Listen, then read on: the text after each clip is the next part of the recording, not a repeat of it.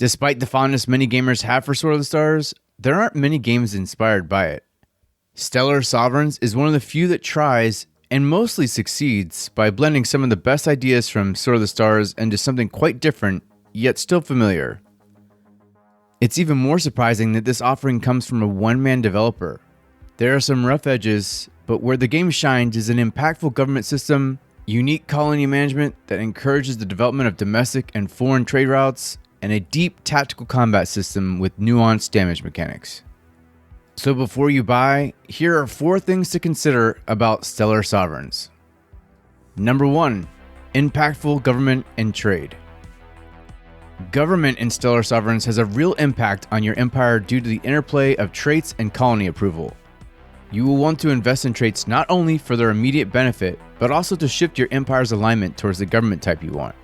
There are quite a few governmental options, but not all seem vastly different, and at the start, there are only 4 you can access. As you explore systems, found colonies, research tech, and eliminate enemy ships, you'll gain empire points, which can be then invested in traits that are aligned to the federalism, liberalism, and socialism capitalism axis of the government chart.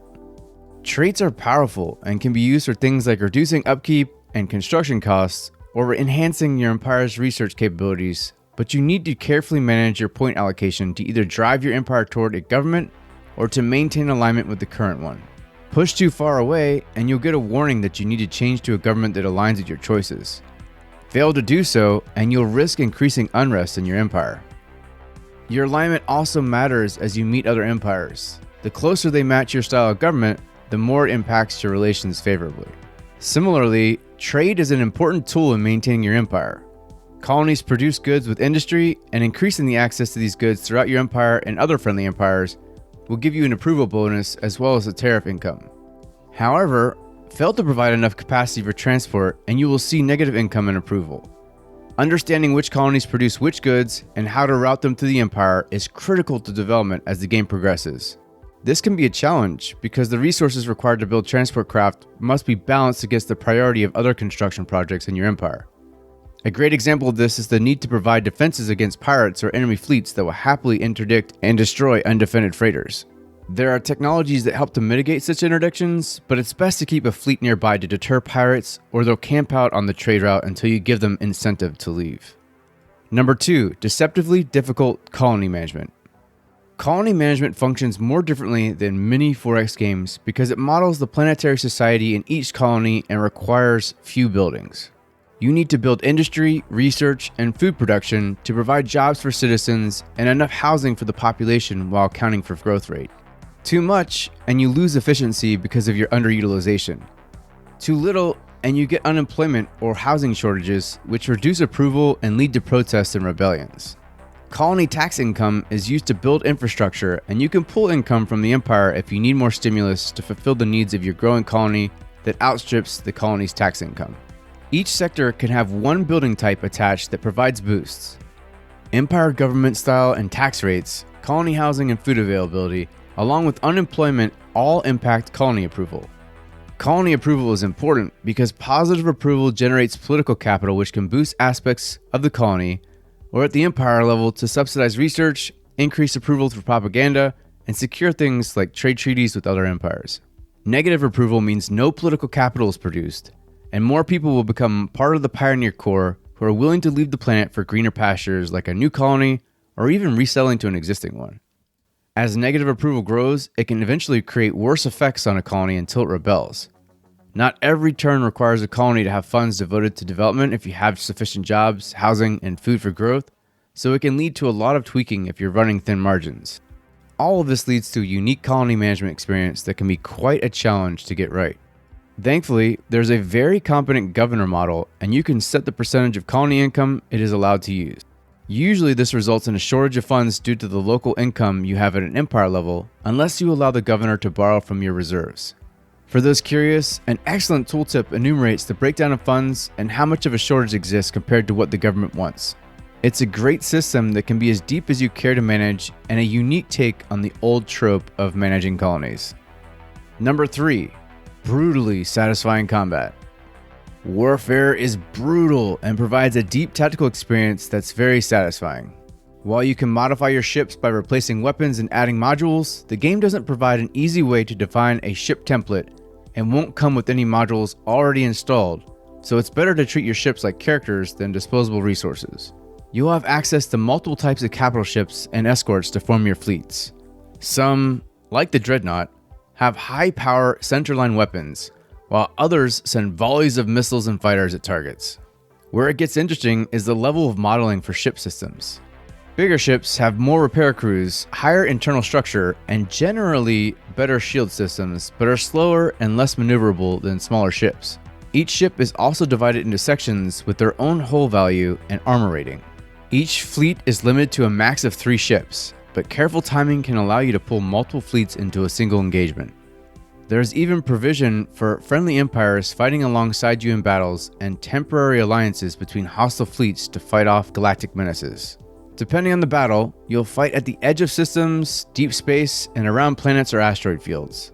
Some battles, like ambushes, will start with your forces spread out and under fire, while most others will have your fleet start together and plenty of time to prepare. The timed combat is where Stellar Sovereigns really shines. Each battle has a time limit and gives you the option to retreat after the timer runs out or stay and pick up the battle where you left off in the next turn. At a basic level, you'll need to manage power consumption for your ships to keep shields up and power to the weapons, but as the battle progresses, you'll need to manage repair crews, target specific weapons on enemy ships, and maneuver so that weakened sections don't provide an opening to land a kill shot on your ship's internal structures. Maneuver well and manage your power effectively, and your ships will survive considerably longer. At the same time, a well-placed volley can quickly destroy even the biggest ships. As you receive damage in combat, there's a chance you'll take what's called degrade damage that has to be repaired at a shipyard. This can be a wide range of different malus effects, from compromised structures and cracked reactors to misaligned sensors. The game provides a wide range of automation options, so combat rarely becomes overwhelming despite a steep learning curve. On the other hand, the AI is competent but also limited. Many times enemy ships will run away to repair and return to the fight later, and they do a fair job focusing fire on your ships. Once in range, however, they seem content to slug it out while rotating to prevent you from getting a clear structure hit on them instead of maneuvering to exploit a weak facing on your ships. Still, combat is quite satisfying once you've learned how it works, and the first time you best a pirate fleet that ambushes you is a rewarding experience. Number 4. Faults in our stars? Stellar Sovereigns isn't without faults, and you can see the effect of not having a larger team with features that are missing or difficult to use and an often clunky user interface.